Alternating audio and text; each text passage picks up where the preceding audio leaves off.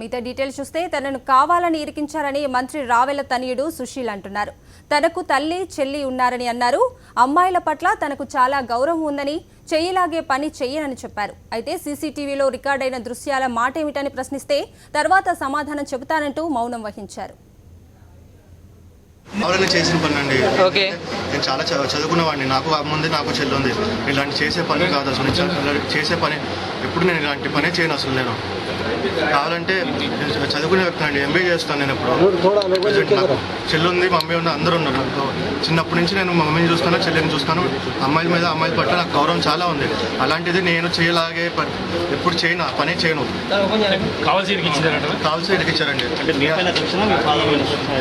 Daddy మీద ఉంటుందండి. అంటే మీరు అక్కడ కార్లో వెళ్తారు కదా, సీసీ ఫుటేజ్లో కూడా కార్ ఆగినట్టు ఉంది. దాని గురించి మీరేమన్నా?